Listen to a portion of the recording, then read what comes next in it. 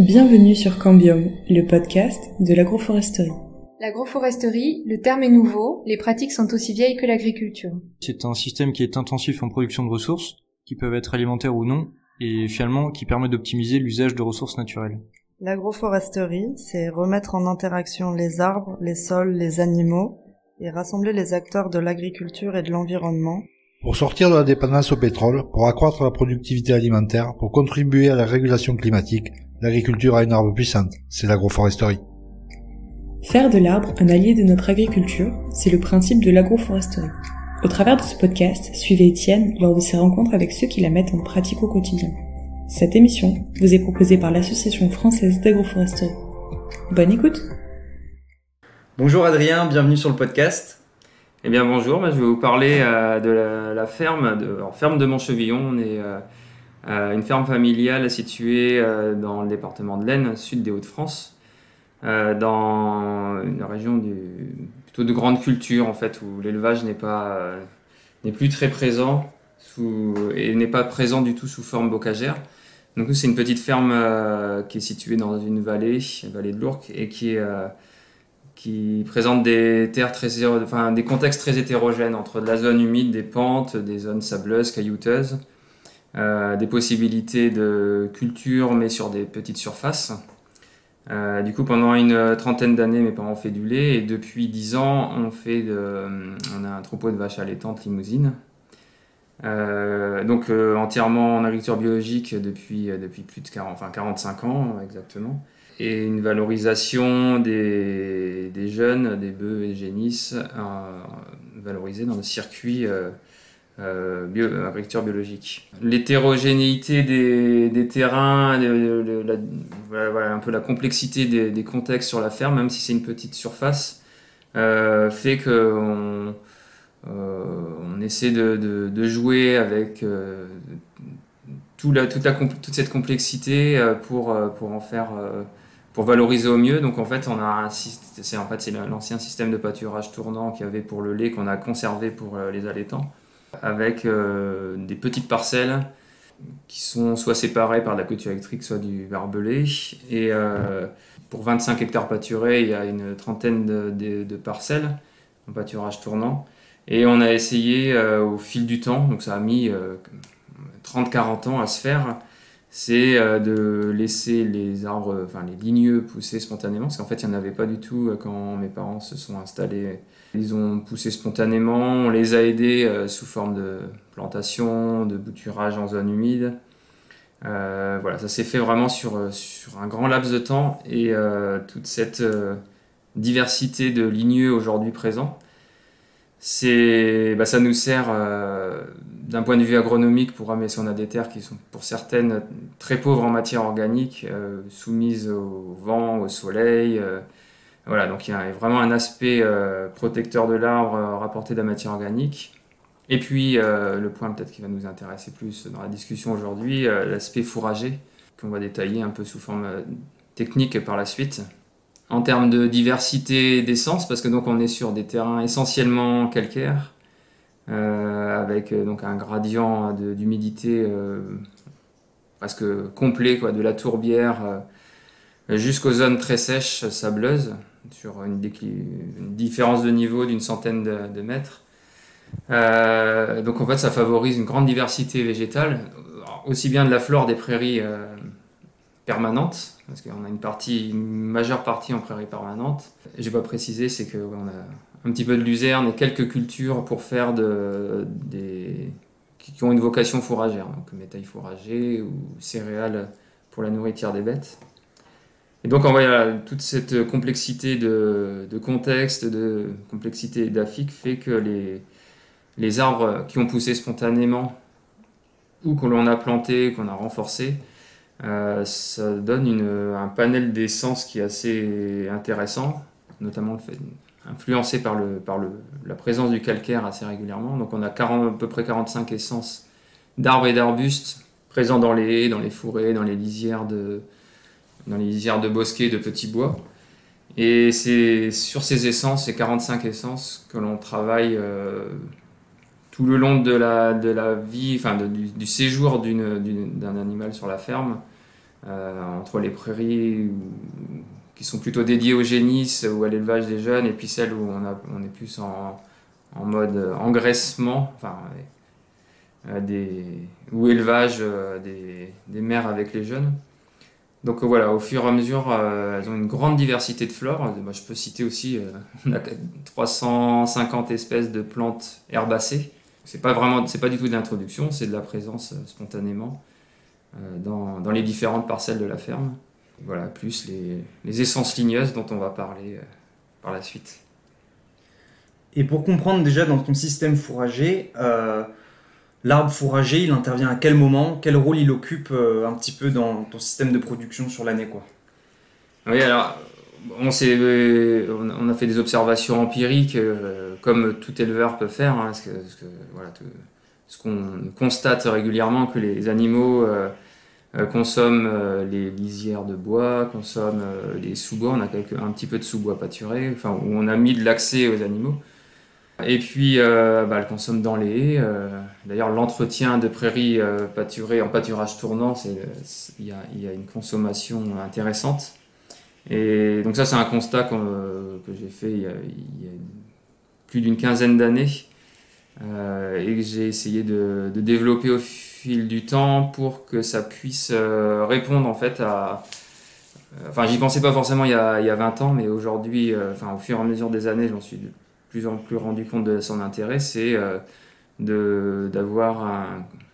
représenter un complément fourrager important en période de manque d'herbe, donc essentiellement la période été, fin d'été, début d'automne, où malgré qu'on soit dans le nord de la France, on n'est pas dans une zone très arrosée, on a moins de 700 mm d'eau à l'année. Alors cette année c'était une année verte, mais en année, depuis une dizaine d'années très régulièrement, on est face, comme tous les éleveurs, hein, face à une nécessité de fourrage complémentaire. Et en fait, au lieu d'acheter du foin, ou en tout cas de taper dans les réserves de foin qui servent pour l'hiver, hein, parce que donc les bêtes sont en stabulation 5 mois pendant l'hiver, au lieu de taper dans ce stock-là, on a développé, on a au début expérimenté, puis aujourd'hui, depuis une dizaine d'années, ça roule vraiment, la complémentation fourragère.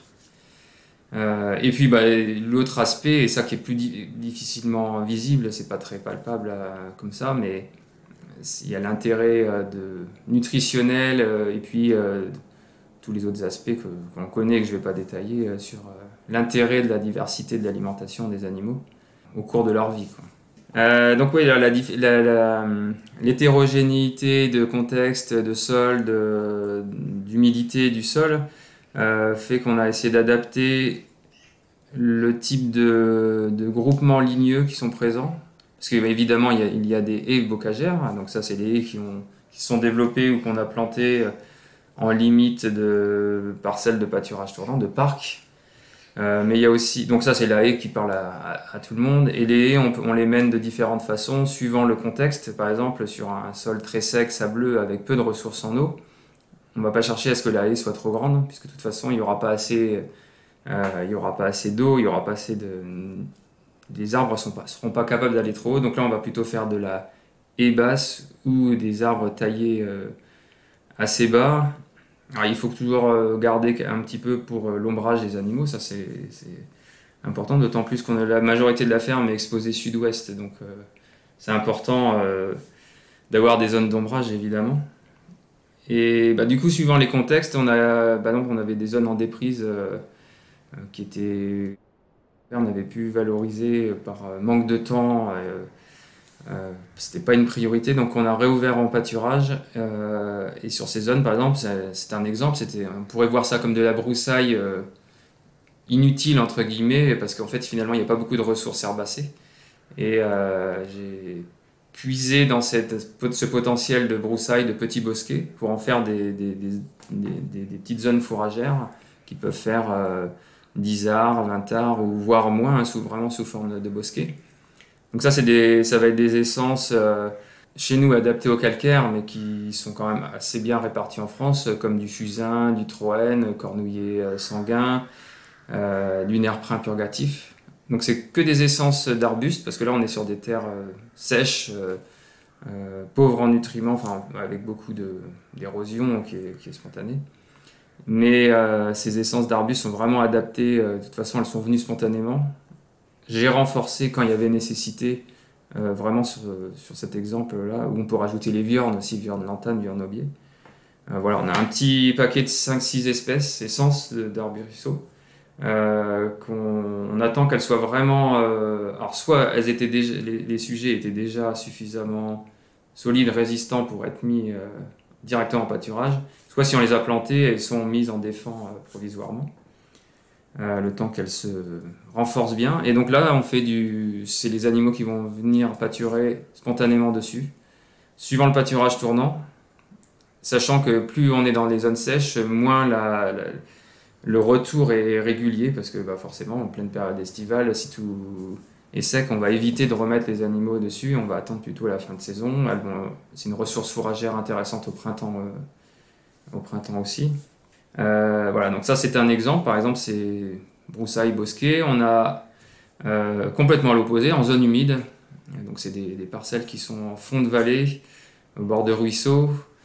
J'ai joué sur la capacité et la formidable possibilité de faire du bouturage avec alors, essentiellement du sol blanc, mais aussi sol marceau, sol cendré, peuplier un petit peu moins, plus récemment on va dire, pour développer des haies de sol tétard ou de trogne qui étaient complètement inexistantes chez nous, hein, ça n'était pas du tout...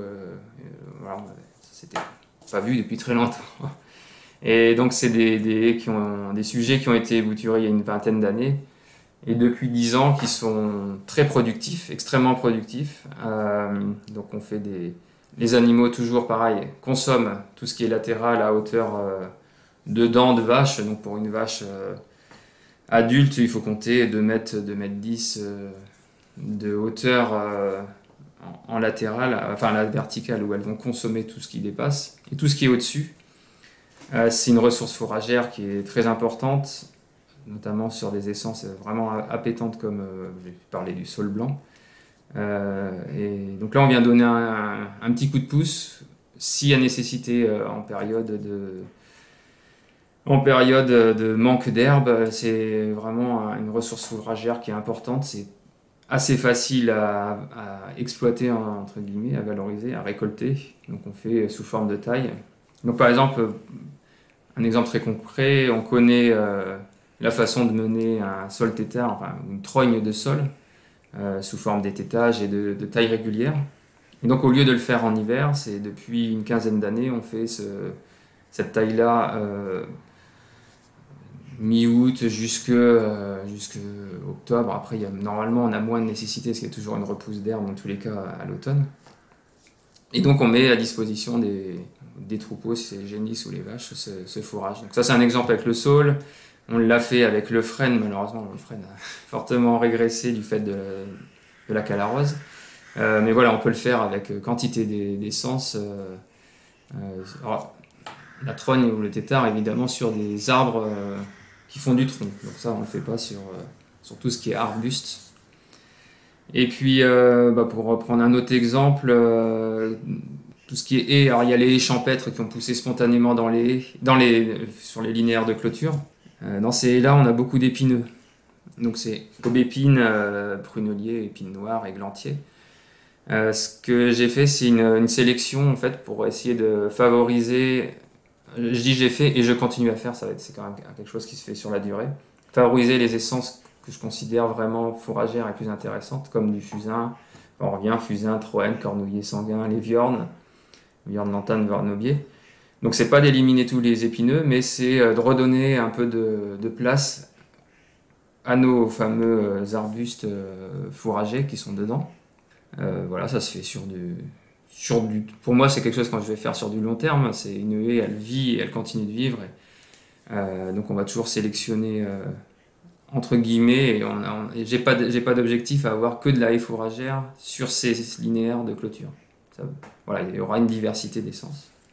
Et donc l'autre type de haie fourragère, qui est d'implantation plus récente, parce qu'il m'a fallu le temps de trouver le meilleur moyen les implanter, le meilleur moyen de jouer sur leur mise en défense, puisque une jeune plantation, il faut absolument pas laisser accès aux animaux, surtout pas aux vaches qui vont avoir un impact de piétinement, d'échaussement sur des jeunes plants. Donc alors avec les vaches, justement, l'opposé, c'est que la facilité, c'est la mise en défense avec la clôture électrique. Donc on a un total de 700 mètres linéaires de haies qui ont été plantées ces 3 dernières années, vraiment à vocation fourragère. Donc dedans, ce sont que des arbres et arbustes fourragers, que je considère fourragers et adaptés à notre terrain.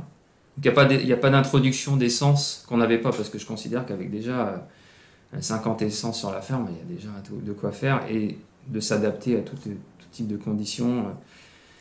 Donc il peut y avoir du futur auger ou tétard haut, comme des robiniers, le robinier faux acacia qui se plaît bien dans les sols sableux, qui a une formidable croissance même en conditions en année sèche.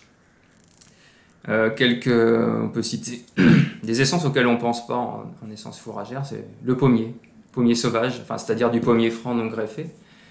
On ne va pas du tout attendre de faire du fruit, mais c'est un arbre qui supporte très bien un pâturage assez régulier, donc on peut le mener en une sorte de trogne basse à 1,20 m, 1,50 m, sur lesquelles les vaches vont pouvoir régulièrement brouter les jeunes pousses. Après, on va avoir des essences beaucoup plus sensibles si on prend le tilleul, par exemple, qui aime bien les terrains calcaires et qui peut s'affranchir de la sécheresse un petit peu. Lui, par contre, on va plutôt attendre qu'il monte, et c'est dans ces fourragères, je vais garder des sujets plus hauts comme les tilleuls, les robiniers, et je viendrai couper dessus. Ce que j'ai parlé tout à l'heure pour l'exemple du sol, pour faire de l'affouragement complémentaire. Et donc, sur ces fourragères, entre deux, on va avoir entre ces OG qui sont à peu près entre 8-10 mètres les uns des autres, on a tout le panel dont j'ai parlé tout à l'heure d'arbrisseaux, arbustes fourragés. Et là, sur ceux-là, ça va être vraiment ce qu'on peut appeler la table fourragère. Donc taillé une première fois assez bas, vers 90 cm, 1 mètre. Et au bout de 4-5 ans, suivant la rapidité de croissance, ça sera une mise à disposition en jouant avec la distance du fil de la clôture électrique. Une mise à disposition pour les vaches, pour le troupeau, pour une consommation au fur de l'année. Une consommation que je veux plutôt tardive, c'est-à-dire il n'y a pas trop d'intérêt à leur mettre au printemps, parce que de toute façon elles ont de l'herbe et elles peuvent déjà consommer dans les clôtures, dans les lisières de bois. Et puis, donc ça sera plutôt, pareil, je mettrai une disposition à partir de juillet, août, septembre. Alors il y a de nombreux contextes qui peuvent parler à tout éleveur. Après, je pense qu'il peut être intéressant, c'est de parler des lisières forestières. Nous, la ferme, elle est bordée de 2 petits massifs, vraiment des petits massifs d'une centaine d'hectares chacun. Et on a donc la zone de contact entre les pâtures et ces boisements, ça représente 3 km. Quand on fait tout le tour des lisières, ça va vite. Et dans tous les cas, il y a toujours une nécessité d'entretien, parce que ce sont des arbres, là c'est une lisière d'arbres de 20-25 mètres. On a un élagage qui est un peu obligatoire, dans le sens où si on fait du foin, il faut pouvoir passer le long. Pour améliorer un peu, ramener un peu de lumière au pied, on fait de l'élagage. Alors ça peut se faire au lamier ou à la tronçonneuse, à la perche et la gueuse. Et en fait, l'idée pour tout éleveur, beaucoup de monde est concerné par ce cas-là, et c'est ce qu'on a chez nous, c'est qu'au lieu de faire cet élagage ou cette reprise sur des troncs en latéral, au lieu de la faire en période hivernale, en plus où les terres peuvent être peu portantes, on le fait quand le troupeau est là. Donc ça, c'est ce qu'on appelle de la rame au sol, la façon de faire. Donc je passe là, typiquement en ce moment, début septembre, de août à début octobre, mi-octobre. On fait tomber les branches, vraiment comme un élagage assez classique, avec la présence du troupeau juste derrière. Et de cette manière, il y a une valorisation complète de la feuille et des jeunes branches sur ces lisières-là. Et puisqu'on parle de taille, je voulais qu'on revienne un peu à la table fourragère. Est-ce que une fois que tu as mis à disposition, admettons qu'on arrive à un moment où il y a eu assez de croissance, que les plants sont bien établis, Est-ce que ça nécessite quand même une taille derrière les animaux pour garder une certaine forme et encourager la repousse, ou est-ce que c'est quelque chose qui est entretenu à la bonne hauteur à travers le pâturage? Alors ça c'est vraiment dépendant de l'essence. Alors je reviens, c'est pas que c'est celle que je cite le plus, hein, Troène, Cornouiller sanguin, Léviorne, Fusain, le Nierprin. C'est des essences où normalement on n'a pas du tout besoin de revenir, puisqu'en fait elles ont une croissance qui est quand même beaucoup plus faible qu'un orme ou qu'un robinier. Ça va faire des pousses annuelles 30-50 cm. Donc il faut se dire qu'un passage, trois mises à disposition dans l'année par les animaux, par exemple juillet, on va dire théoriquement juillet, août, septembre, ça sera consommé intégralement et faut imaginer un bonsaï en fait. Enfin, l'image bonsaï, c'est une taille très régulière, même si c'est que tous les mois, mais ça suffit. Donc là, on n'aura pas besoin de revenir. Par contre, dans la table de revenir taillé, à partir du moment où on a fait une première taille manuelle, c'est ça qu'il faut quand même préciser, à la hauteur qu'on souhaite. Donc, au bout de la première, deuxième année de croissance du sujet, on fait une petite coupe à 1 mètre par exemple. Par contre, si on est dans l'étape fourragère, on peut mettre beaucoup d'autres essences. Par exemple les ormes, donc soit l'orme champêtre qui est sujet à la graphiose, soit les ormes qui ont été sélectionnés pour leur espérons résistance, donc l'orme de Lutèce et compagnie, l'orme résistant. Lui, il a une croissance pour cet exemple, il a une croissance très forte. Il peut faire des pousses annuelles de 2 mètres. Donc en fait, si les vaches vont toujours, ou les vaches, les moutons, les chèvres vont toujours vont pouvoir consommer quelque chose dessus, de la feuille, de la jeune branche. Par contre, le risque, c'est si on passe pas suffisamment régulièrement. En tout cas, il y a un moment dans l'année où la croissance se fait tellement vite qu'elles vont pas arriver à descendre à revenir sur le point de table, le niveau de table en fait. Et c'est là où il faudrait, alors peut-être pas tous les ans, mais au moins tous les 2 ans, une intervention manuelle pour revenir au niveau où on voulait. C'est le même exemple si on fait une trogne pâturée, qui peut être avec de nombreuses essences, ça peut être par exemple sur du frêne. Il faut quand même qu'il y ait un retour à un point central de rejet.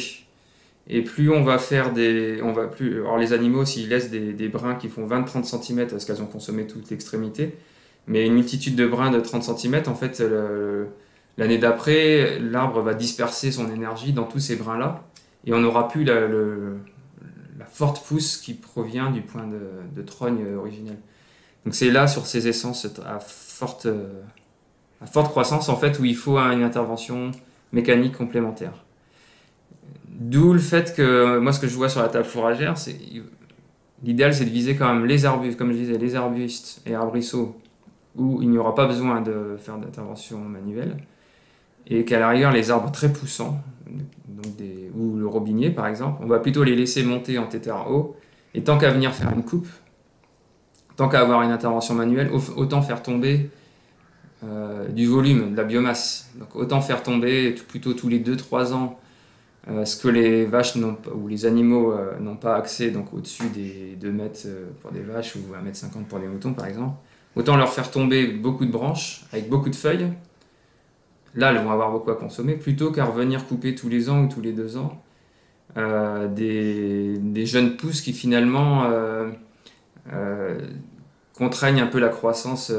Enfin, c'est pas la coupe, c'est les jeunes pousses qui contraignent la croissance de l'arbre. Ça, c'est mon avis. Enfin, c'est l'expérience que j'ai pu voir sur tout ce qu'on a testé depuis une quinzaine d'années. Et puis après, ce qu'il faut préciser, c'est qu'il y a des essences quand même qui supportent assez mal la table fourragère, le pâturage ou broutage régulier. Des essences à bois tendre, si on prend les peupliers au sens large, donc que ce soit des peupliers cultivars ou du peuplier noir, le sol blanc, donc c'est la même famille, hein, c'est quand même notamment le sol blanc est très fragile. C'est un bois très cassant et le pâturage des animaux, notamment la vache, elle va casser les pousses et on a rapidement une dégradation de ces sujets-là. Donc il y a des essences comme ça pour moi qui ne sont pas adaptées au pâturage. Par contre, elles sont adaptées à pousser, à produire une biomasse qu'on va faire tomber en rame au sol. voilà, en coupe manuelle ou au lamier, peu importe, ou au sécateur. Enfin, il y a plein de façons de récolter et de valoriser, évidemment. Et au niveau de la récolte des trognes plus hautes, comment est-ce que ça s'organise? Est-ce que tu fais un linéaire tous les 2-3 ans? Est-ce que tu fonctionnes plutôt par essence en te disant les saules qui sont très poussants, je vais revenir les trogner plus fréquemment? Ouais, alors c'est quelque chose, c'est vraiment de l'observation. On a testé et puis on a fait des erreurs et on a trouvé ce qu'il fallait faire. Et aujourd'hui, globalement, j'ai l'itinéraire technique qui est adapté. On est sur un cycle je dis bien une moyenne de 3 ans. C'est-à-dire que j'ai trouvé que le temps de retour idéal pour faire de l'étêtage, enfin reprendre les têtes des têtards, ou si c'est de l'émondage, c'est 3 ans. Pour une grande majorité des essences. Alors, du saule en 3 ans, il faut s'imaginer qu'on a des pousses qui sont immenses. Sur du frêne, ça va être moins. Sur de l'érable sycomore, ça va être formidable. Et par contre, à l'opposé, l'érable champêtre va avoir une croissance inférieure. Et moi, ce que je vois, c'est que... Alors, j'ai un petit troupeau. À mon échelle, je travaille à la perche et la gueuse, mais sur une plus grosse... sur des plus gros troupeaux, des plus gros linéaires, sur des plus gros sujets, on peut travailler avec soit au lamier, mais il y a une nécessité de revenir à la tronçonneuse, faire des coupes plus proches du tronc par exemple. On peut travailler avec des têtes abatteuses, pinces sécateurs. Il faut quand même se dire, tant qu'à couper quelque chose, que ce soit à la main ou de manière mécanisée forte, autant que ça vaille le coup. Donc c'est pour ça que les 3 ans, c'est un minimum. On pourrait venir couper tous les 2 ans sur du sol. Mais tant qu'à couper, il faut qu'il y ait des diamètres assez gros.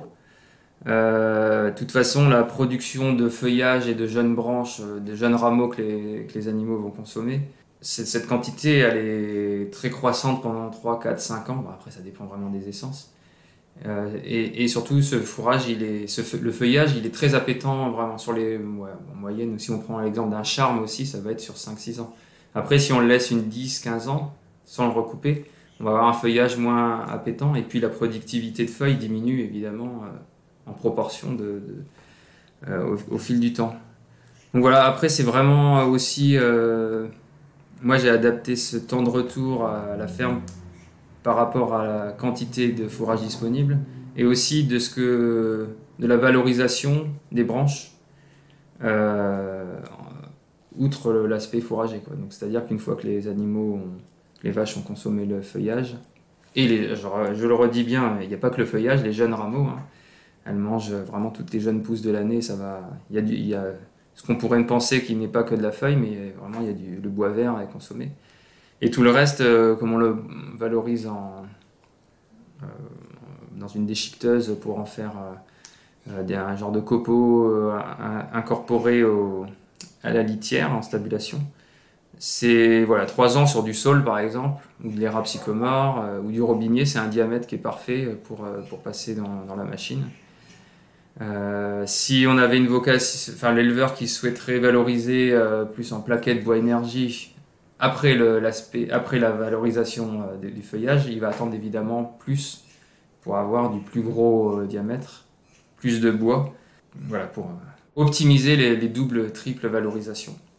Mais toi, dans ta gestion de l'espace, pour bien comprendre, dans tes parcelles, tu te dis chaque année je prélève quelques sujets sur un linéaire pour qu'il y ait toujours un petit peu d'affouragement dans toutes les parcelles, ou tu te dis plutôt il y a une parcelle, c'est une parcelle où on va fourrager principalement parce qu'on est en train de faire la taille sur ce linéaire-là et tu fonctionnes par zone géographique. C'est plutôt par tronçon, voilà, c'est ça. Okay. L'importance des tronçons, c'est dépendant de l'importance du troupeau, mais aussi de l'année. Si des années où vraiment on a un fort déficit pluviaux et que du coup il y a un manque de fourrage herbacé important, on va prélever plus. Et l'avantage de l'arbre fourragé, c'est qu'une année où on a peu de besoins, on va prélever un peu, mais c'est pas perdu, c'est pas comme de l'herbe dans une prairie. Et l'herbe qu'on n'a pas récoltée cette année ou la luzerne qu'on n'a pas faite, ce sera pas c'est perdu. Et l'année prochaine, on n'en bénéficiera pas, en termes de biomasse. Que l'arbre, l'année d'après, il y aura encore plus et il y aura plus de bois. Donc voilà, on peut se donner une théorie et se dire c'est sous forme de tronçon avec si c'est du saule, ça va être 3 ans, si c'est de l'érable champêtre, ça va être peut-être 4-5 ans de temps de retour. Mais c'est sûr que c'est pas 2023, il faudra que je fasse ci. Si c'est pas fait cette année, ça sera fait l'année prochaine. Et puis ainsi, en fait, faut raisonner pâturage tournant, mais aussi valorisation tournante de l'arbre. Le pâturage tournant se fait aussi en latéral, donc comme je l'ai dit, sur tout ce que les vaches vont consommer dans les fourragères, dans les lisières, dans les bords de clôture, mais l'affouragement, c'est sous forme de rotation aussi. Et est-ce que tu arrives à faire coïncider ton pâturage tournant avec les besoins de prélèvement sur la matière ligneuse? C'est-à-dire, par exemple, tout à l'heure, tu parlais sur une table fourragère de 2 ou 3 pâturages entre juillet et septembre, enfin vraiment la période sèche, mais c'est pas forcément un moment où tu pourrais faire 2 ou 3 tours par rapport à l'herbe, quoi. Donc comment tu arrives à jongler un petit peu les deux éléments?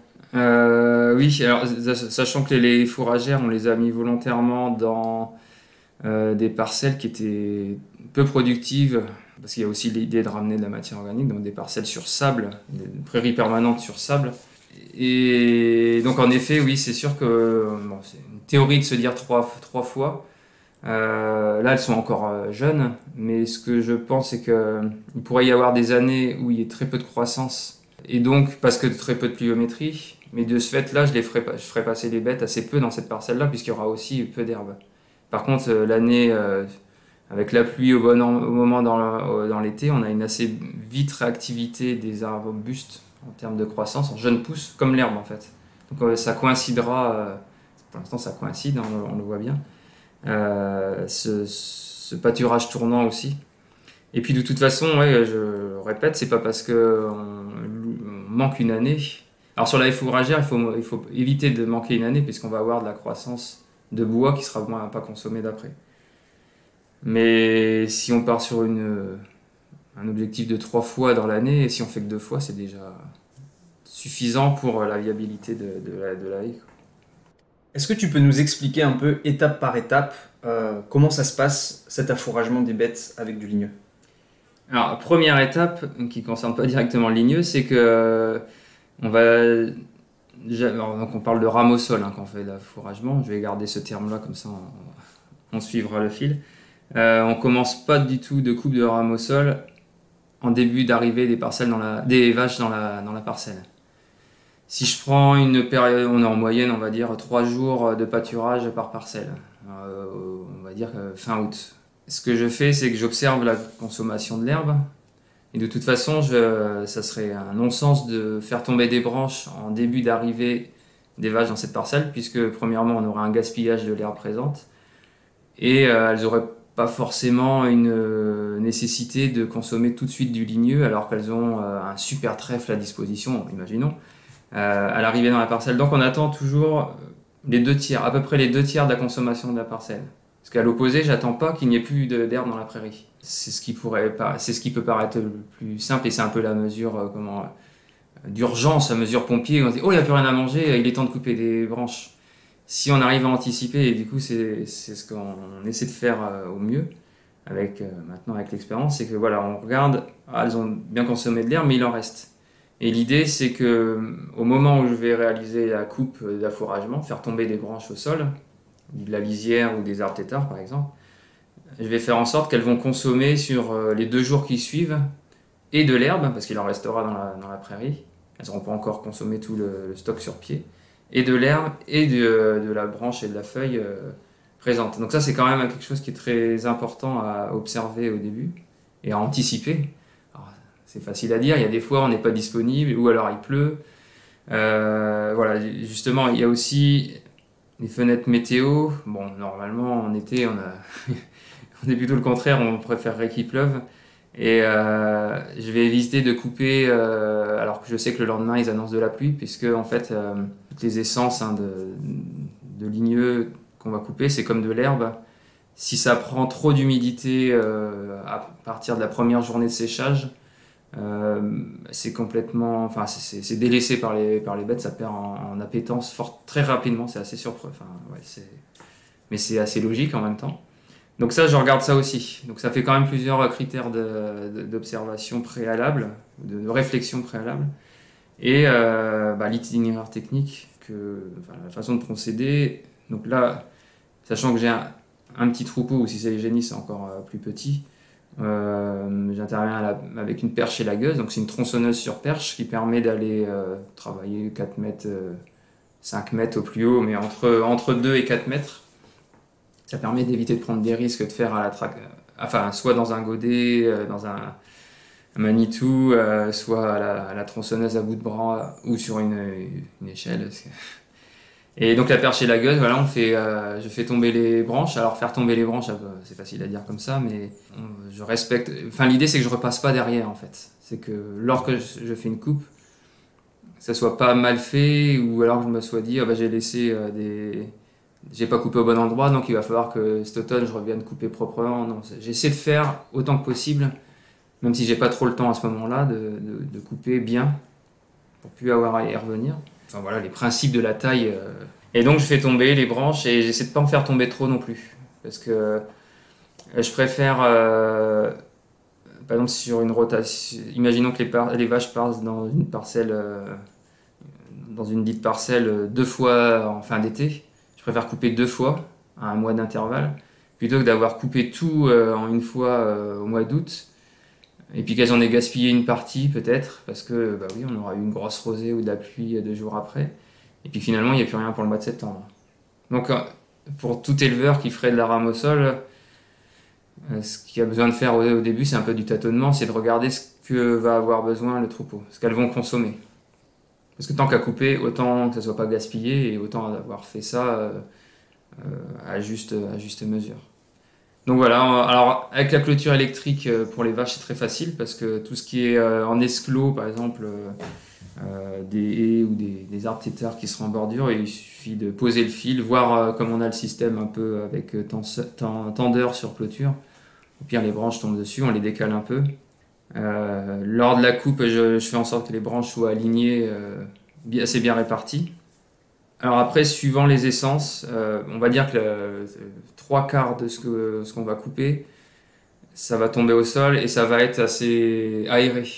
Même si c'est des branches, ce sont des branches latérales, c'est assez touffu en fait, que ce soit sur des érables, du frêne. Donc là, les vaches vont venir, le troupeau va venir consommer dessus et j'essaie que tout soit pas au même endroit, que ça soit un peu étalé. Donc si on fait sur un linéaire, c'est facile, il suffit de faire au fur et à mesure. Si jamais on a quelque chose quand même qui est très dense, je préfère reprendre les branches et les disperser un petit peu, pas sur toute la parcelle, mais disperser dans un périmètre où les vaches ne vont pas trop piétiner, pas trop souillées par les bouses et l'urine. Ces rameaux de branches, ou ces pieds, ce qu'on veut. Et pour le cas des saules et des peupliers, enfin notamment le saule blanc qui fait des grands rameaux effilés qui sont formidables à couper, à manipuler, qui prennent pas beaucoup de place. L'inconvénient, c'est que surtout si on a des branches qui ont moins de 3-4 ans, enfin, moins de 5 ans on va dire, les grands rameaux, c'est que ça se plaque au sol. Et encore une fois, c'est assez logique, mais les animaux, que ce soit les vaches ou les moutons ou les chèvres, vont consommer ce qui est au-dessus, mais tout ce qui est au contact du sol ne vont pas le consommer. Et en plus, il y a un risque de souillure important parce que on connaît, voilà, les déjections vont arriver en même temps que la consommation et tout ça, ça va souiller. Donc, pour ce qui est saule, et comme on en a quand même pas mal en taille d'affouragement, je fais des fagots qui font, ça fait 80 cm par 80 cm sur la longueur, sur 5 mètres de long, et je les pose dans une remorque.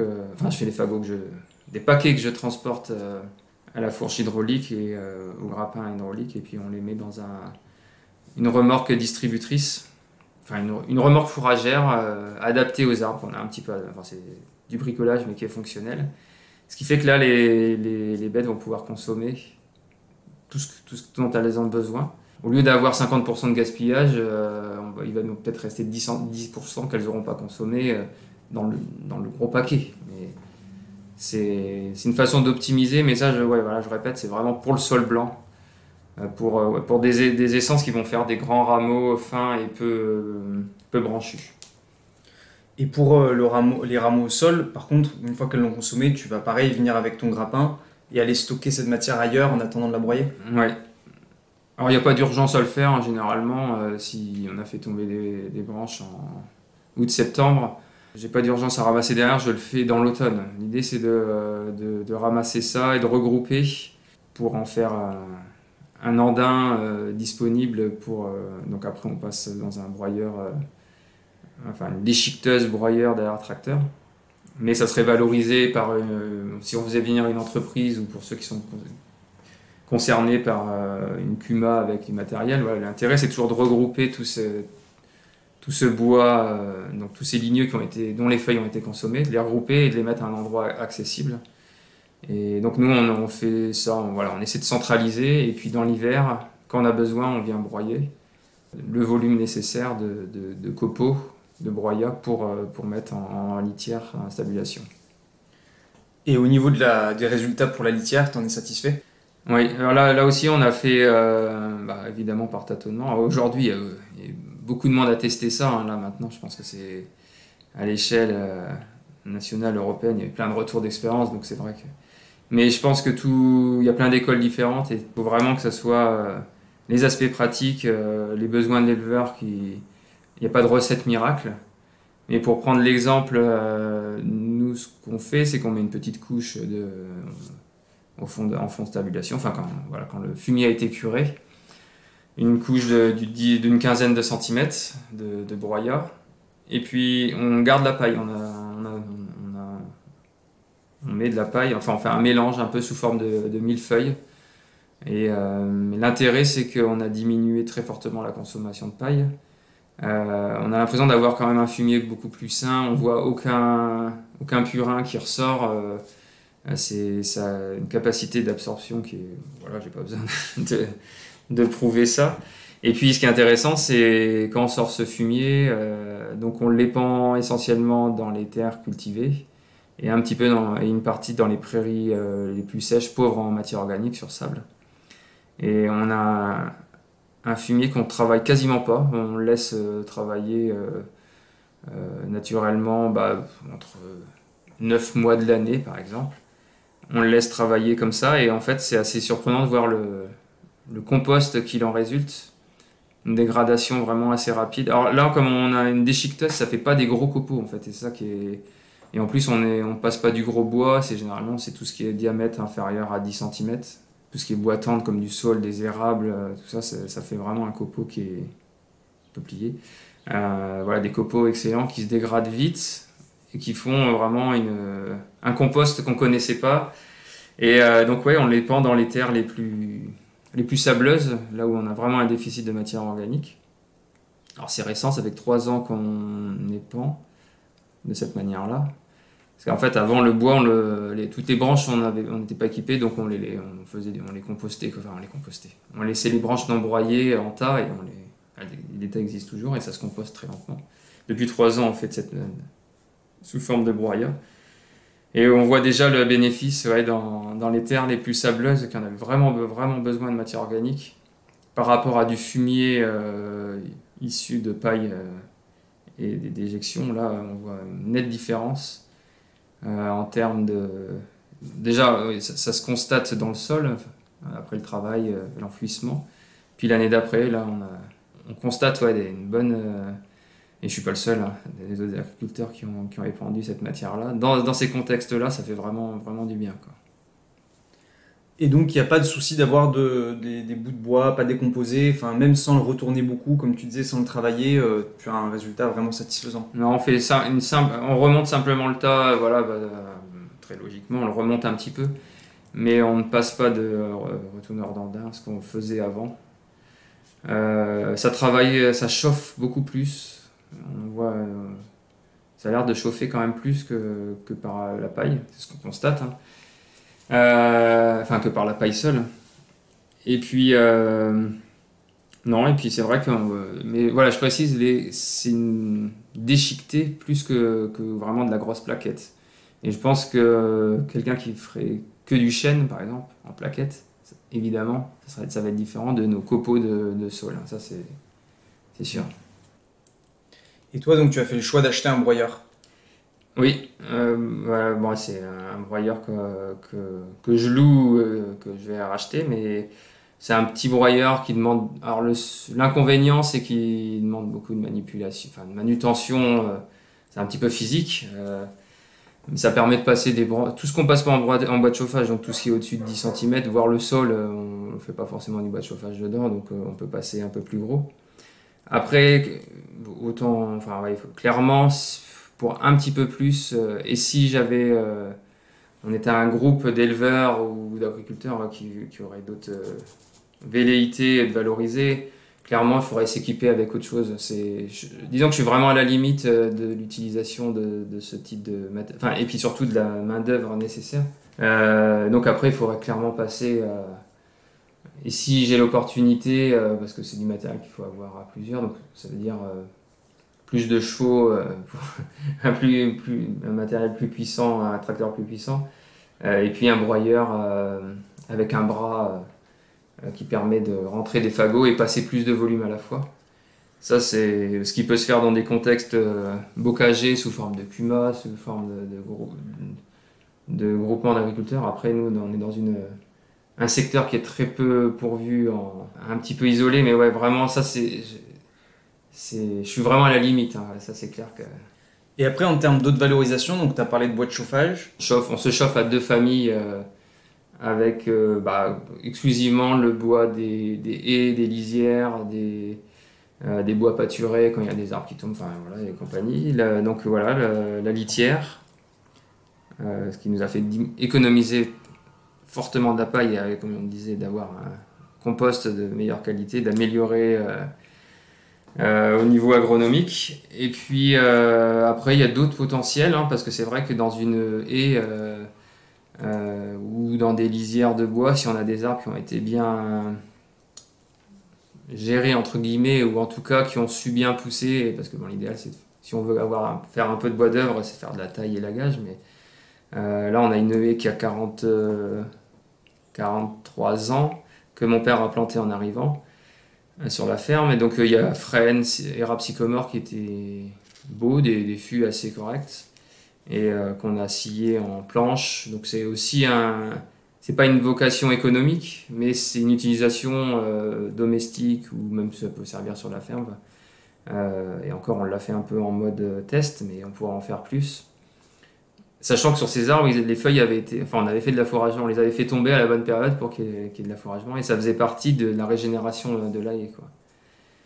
Donc ouais, il y a une multitude d'utilisations possibles, quoi. Enfin, c'est plus que possible, mais c'est pas négligeable, parce que quand on voit le prix du bois aujourd'hui, rien que d'avoir des grumes et pouvoir faire de la construction, là tu as un petit bâtiment qui est en cours de construction, finalement il y a un vrai intérêt économique aussi. C'est ça, ouais. Souvent, quand on est éleveur et qu'on pense au fourrage ligneux, une des principales craintes, elle est autour du temps de travail, du temps que ça peut prendre. Est-ce que ça, c'est quelque chose que tu as pu chiffrer ? Oui, alors en plus ça peut faire peur, parce que je parle de coupe manuelle, de broyage. Alors pour l'aspect affouragement, on va pas parler du broyage parce que c'est la suite. Bon, après c'est toujours variable par rapport à la taille du troupeau ou des besoins, mais même un plus gros élevage qui travaillerait sur un troupeau de génisses, c'est pas forcément des besoins énormes. Et finalement, l'intervention manuelle, je parlais à la perche et la gueuse, c'est assez rapide. En gros, le temps de préparer la machine, de se rendre sur place, de couper, de bien remettre les branches, on va dire il y a une demi-heure de travail pour tous les 3 jours.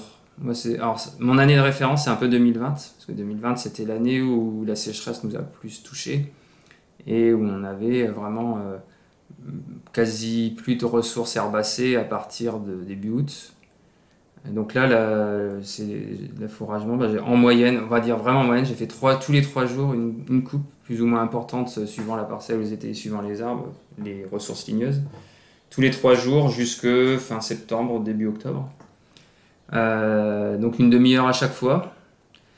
Finalement, si on compare entre aller mettre une boule de foin, parce qu'en fait, j'ai pas utilisé cette année 2020, on n'a pas du tout utilisé de foin. On avait quasi plus d'herbe, mais on n'a pas du tout tapé dans le stock de foin qu'on garde pour l'hiver. Donc on a économisé ce foin-là. Donc le temps, après, il faut compter un petit peu de temps pour ramasser les branches. Mais là encore, il y a un côté expérience qui se fait avec le temps, c'est que si on coupe bien, les branches se mettent pas trop mal. travaille avec un chargeur frontal, un Manitou, c'est très facile à reprendre. Après, c'est toujours dépendant de ce qu'on va couper, des volumes. Si on tape dans des très enchevêtrés avec présence d'épineux, là on va batailler, on va perdre du temps. Enfin, perdre entre guillemets, au lieu de passer une demi-heure, ça va être plus difficile. Donc voilà, après, qu'est-ce qu'il y aurait comme temps? C'est la gestion du... Mais bon, ça fait partie du pâturage tournant. Enfin, la gestion, j'allais dire la gestion du troupeau, baisser le fil, remettre le fil. Enfin, en tout cas, en vache, ça va quand même assez vite. Donc si on met ce temps que je trouve... Donc moi, en 2020, ça m'a fait 6 jours cumulés pendant 3 mois. Quasiment pendant 2 mois et demi. 6 jours cumulés. Parfois, en comptant, parfois on était 2. Mais globalement, la perche et la gueuse, on peut travailler tout seul, c'est l'avantage. Dedans, je compte le temps de ramasser les branches, de les mettre en andin. Donc ces 6 jours, si j'avais dû aller acheter du foin, bon, ça aurait été un coût évidemment, plus le temps de transport. Si j'avais dû faire du foin en plus, parce que par exemple, à l'opposé, l'année 2023, où on a eu beaucoup de foin au printemps, on a passé plus de temps à faire du foin. Donc ces 6 jours, peut-être que finalement, ils sont compensés d'un côté ou de l'autre. Voilà. Puis du coup, en termes de chiffrage, on va dire que c'est une estimation, c'est très difficile à chiffrer. Mais si je considère le manque d'herbe dans les prairies, qui est quasi systématique sur la fin d'été, s'il fallait compenser avec du foin, il nous faudrait aller entre 6 et 12 tonnes suivant les années de foin ou de fourrage extérieur à porter aux bêtes. Et ça, c'est l'économie qu'on fait par l'affouragement complémentaire avec les ligneux. Voilà. Après, en termes de temps, ça dépend ce qu'on fait aussi. C'est vraiment, je pense qu'on va passer beaucoup de temps au début. Comme tout le monde, on tâtonne un peu, on apprend et puis on progresse, on gagne de plus en plus de temps. Après, quelque chose que je peux dire aussi, que je trouve qui n'est pas désagréable non plus, c'est que venir affourager aux animaux, c'est un moment de contact avec le troupeau supplémentaire, d'observation. Même si on est concentré sur la coupe, mais une fois que les branches sont à terre, c'est un temps que je prends, que j'aurais pas forcément pris si j'avais... Enfin, les vaches sont en pâture, tout se passe bien, il n'y a rien de particulier.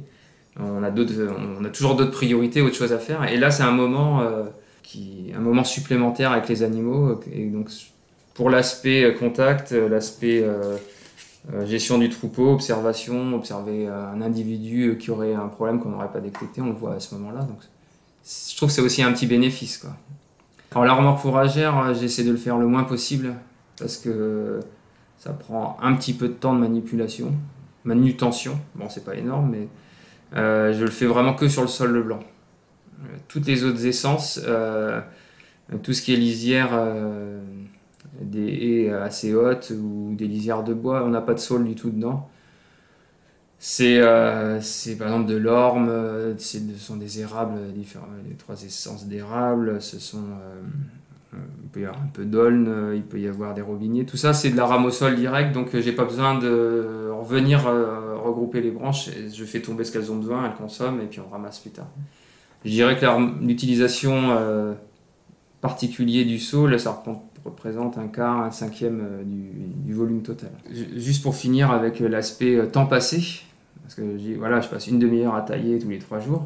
Mais il faut se dire que de toute façon, pour tout ligneux qui est présent dans des parcelles, des bords de haies, il y a un moment où on a un entretien à faire parce que soit on fait du foin dans la parcelle et on ne peut pas laisser les branches gagner trop loin, un peu la concurrence du houppier, donc il y a toujours de toute façon du travail d'entretien qui serait fait.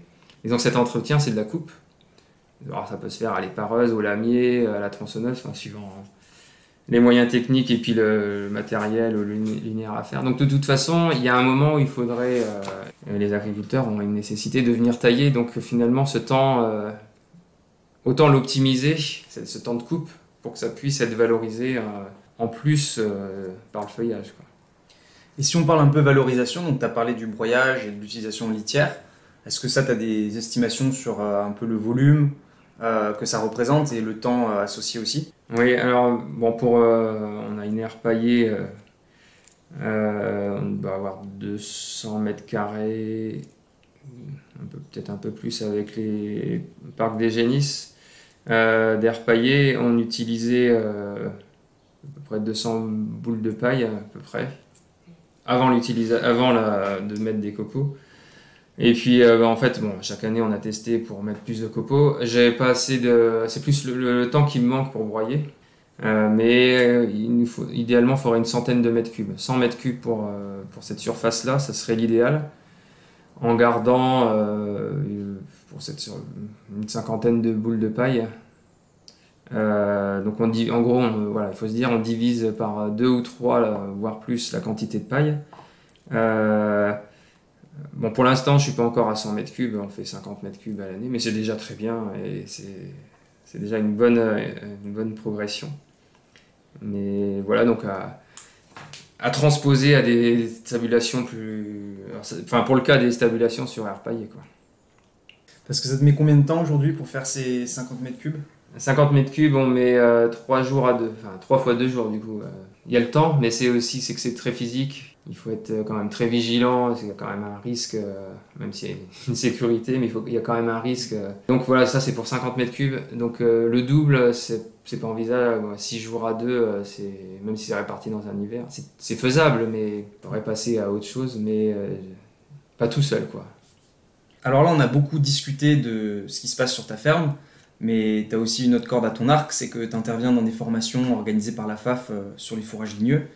Et je me disais que c'est justement l'occasion d'avoir un peu un retour d'expérience de toutes ces discussions que tu as et des problématiques auxquelles font face les gens qui viennent en formation.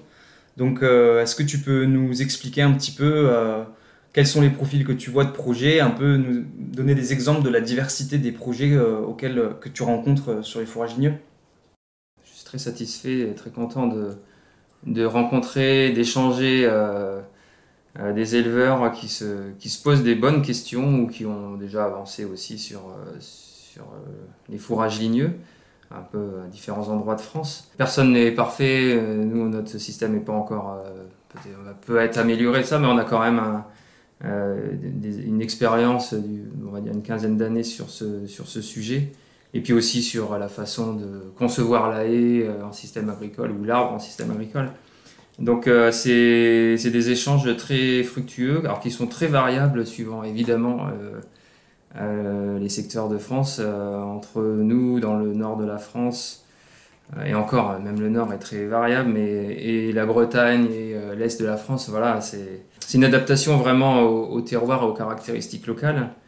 Et ce qui est intéressant, c'est ce qui est un peu général où qu'on soit, c'est la nécessité pour l'éleveur de prendre du recul et pas forcément chercher une recette miracle. Enfin, de toute façon, moi, clairement, je suis contre les recettes miracles. Elles n'existent. Enfin, on peut s'approcher de certaines recettes de certains itinéraires techniques qui sont adaptés. Mais avant tout, il faut vraiment analyser ce qui est présent sur sa ferme, ce qui est déjà présent. Peut-être analyser l'ancien, analyser le potentiel, vraiment mettre en face toutes les composantes, enfin le type de sol évidemment, le contexte, forcément entre pâturage ovin, caprin, équin et bovin, il y a des spécificités. Mais c'est déjà regarder ce qui est présent, parce qu'en fait il y a quand même et c'est normal, des éleveurs qui se posent cette question d'utilisation des fourrages ligneux, ou en tout cas d'améliorer l'utilisation, mais qui n'ont pas forcément, et ça aurait pu être mon cas aussi, l'idée que la ressource est peut-être déjà présente, et ce qui est quand même, notamment en territoire bocager, une bonne partie de l'élevage de France, c'est vraiment d'analyser, de diagnostiquer ce qui est déjà présent, ce qui peut être peut-être déjà utilisé, ce qui peut être amélioré, ce qui peut être compensé. Par exemple, on a parlé précédemment pas mal de la haie fourragère, mais peut-être qu'avant de venir à la haie fourragère, il y a peut-être des choses très simples à faire. Je vais prendre quelques exemples concrets, qui seront évidemment pas exhaustifs, mais les zones en déprise, enfin des parcelles en déprise, il n'y en a pas dans toutes les fermes, mais ça peut quand même assez régulièrement arriver. On est souvent arrêté à un cortège d'essences qui ne nous intéressent pas. Les genêts, les épineux, alors suivant le territoire où on est. on se dit, les éleveurs vont se dire, cette parcelle, elle n'est pas intéressante, il n'y a pas beaucoup d'herbes parce qu'il y a trop de genêts, il y a trop d'épines, on ne sait pas comment, voilà, ça n'a pas grand intérêt. Et finalement, c'est peut-être une parcelle comme ça qui va avoir un fort potentiel fourrager. Simplement, il faut arriver à voir ce qui se cache. C'est vraiment le cas, c'est parce que souvent, on a des pousses d'essence plus fourragères.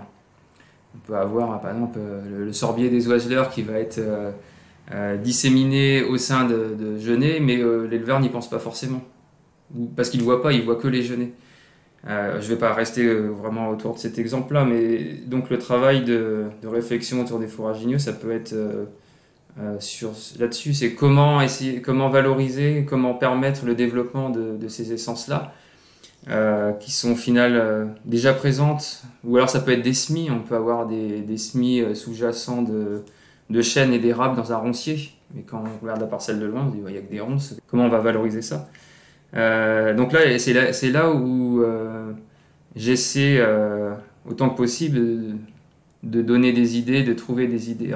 C'est pas que donner des idées, c'est trouver des idées avec les éleveurs qui sont demandeurs pour valoriser. Alors par exemple, ça peut être faire une mise en défense sur un secteur pour favoriser une essence qui arrive pas, un sujet qui arrive pas à se développer, un groupe de sujets qui arrive pas à se développer.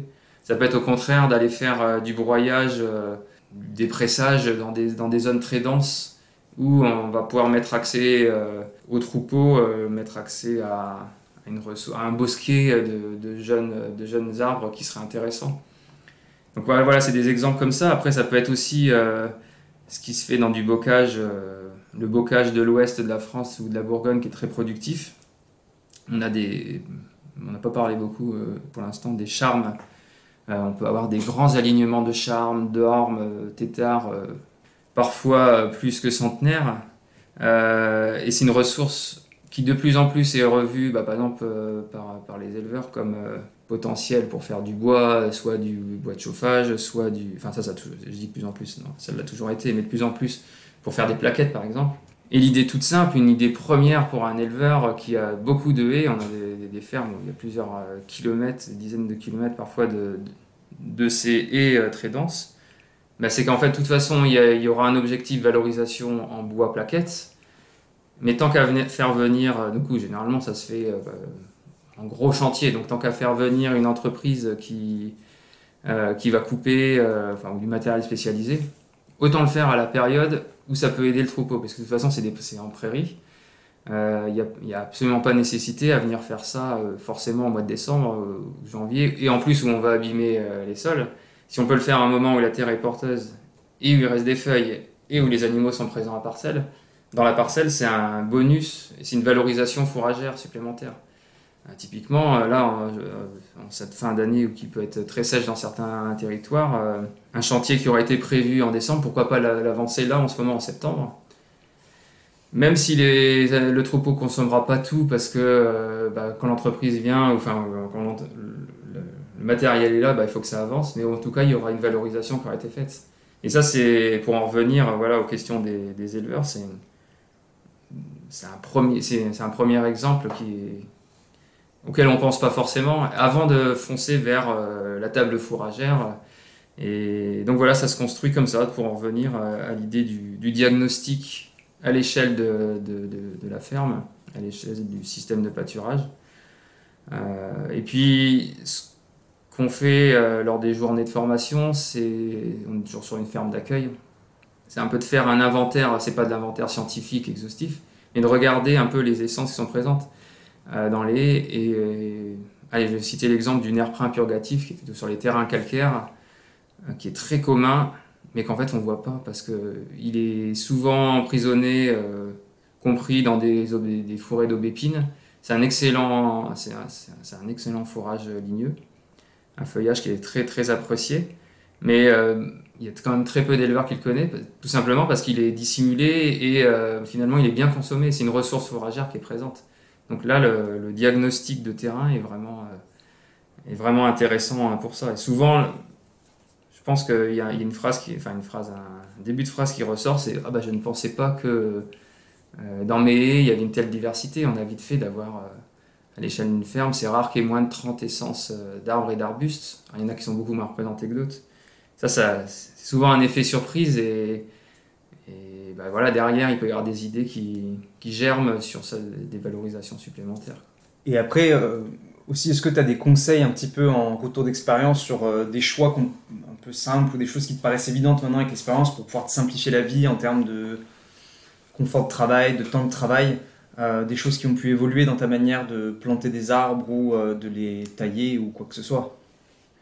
Ouais, clairement, c'est la contention, la gestion du troupeau. Enfin, que ce soit dans la mise à disposition d'une haie existante ou dans des nouvelles plantations qui sont faites, là où j'ai vraiment beaucoup appris, un peu à mes dépens, mais maintenant voilà. Et ce que je conseille vraiment, c'est d'attendre, de pas être trop pressé, parce que mouton, chèvre, il n'y a pas trop de risques. Il y aura un risque d'abrutissement, de décollage d'écorce et compagnie, mais il n'y aura pas trop de risques au niveau du système racinaire. Par contre, tout ce qui est chevaux et vaches, on a un gros risque à faire venir des animaux trop rapidement au pied d'arbres qui ont été plantés, qui sont pas encore bien enracinés. Donc, ouais, voilà, le conseil, c'est pas trop se presser et d'attendre de bons moments, ce qui est pas toujours évident, hein, parce qu'il faut bien observer, mais voilà. Donc, même sur la mise à disposition d'une haie, on se dit, ah bah cette haie-là, tiens, je vais peut-être enlever la clôture qui traverse la haie, parce que comme ça me permet que les animaux circulent d'une parcelle à l'autre, et puis ils vont manger tout ce qu'il y a dans la haie. Mais qu'est-ce qui se passe? C'est qu'en fait, ça devient une haie traversante, circulante, les animaux pénètrent la haie de part et d'autre, vont consommer dedans, et on peut complètement anéantir cette haie-là. Voire, ou avant d'être anéanti, c'est qu'il va rester plus que des épineux, des essences un peu dures à cuire, et puis rebutantes pour les animaux. Donc parfois, il faut mieux se dire, bah, je garde je sais pas s'il y avait des fils barbelés qui traversaient ou un Ursus, bah, faut mieux le garder, même si parce que ça va permettre de pérenniser la durabilité, enfin, d'avoir une plus grande durabilité sur cette haie-là, quoi. Et c'est sur son aspect fourrager.